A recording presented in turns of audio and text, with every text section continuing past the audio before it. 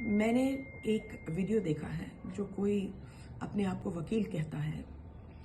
उसने ये कहा है कि जो नया कानून निकला है उसमें 291 सेक्शन में ये है कि अगर आप किसी भी कुत्ते को कंबल दो या खिलाओ तो आप उसके मालिक हो गए, और फिर उसके बाद अगर कुत्ते ने किसी को काटा या किसी के पीछे भागा या कुछ भी उसकी वजह से चोट आई तो आपको जेल में डाला जा सकता है और आपको फाइन देना पड़ेगा। ये बिल्कुल झूठ है। ये शायद ये वकील है भी नहीं, या अगर है तो उसको ये समझना चाहिए कि अगर मैं किसी को कंबल दे दूं या किसी को खाना खिलाऊं तो मैं उसके मालिक नहीं बन गई।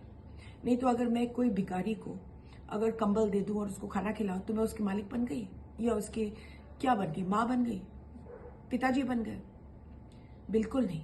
लाखों लाखों लोग इस देश में जानवरों को खिलाते हैं, चाहे गौशालों में, चाहे कुत्तों को, चाहे कोई भी जानवर को, चाहे चिड़ियों को। अगर मैं चिड़ियों को खाना खिला दूं तो मैं चिड़ियों के मालिक बन गई हूं। अगर कल मैं भिखारी को 50 रुपए दे दूं और वो 50 रुपए के साथ उस भिखारी ने शराब पी लिया तो क्या मेरी गलती है? शराब के लिए मुझे उठाया जाएगा? ये बिल्कुल ही गलत है। सेक्शन 291 में कोई नहीं ये अप्लाई करता ही नहीं है।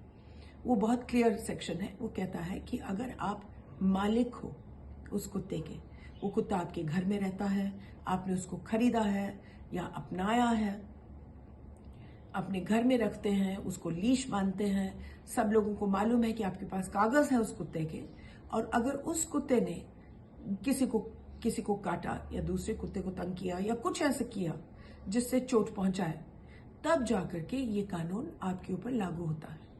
लेकिन अगर आप देश के जानवरों को खिलाएं, अगर आप हिंदुस्तानी जानवरों को खिलाएं, चाहे गाय हो, चाहे बकरा हो, चाहे बिल्ली हो, चाहे कुत्ता हो, चाहे चिड़िया हो, तो ये कानून आपके लिए लागू नहीं होता।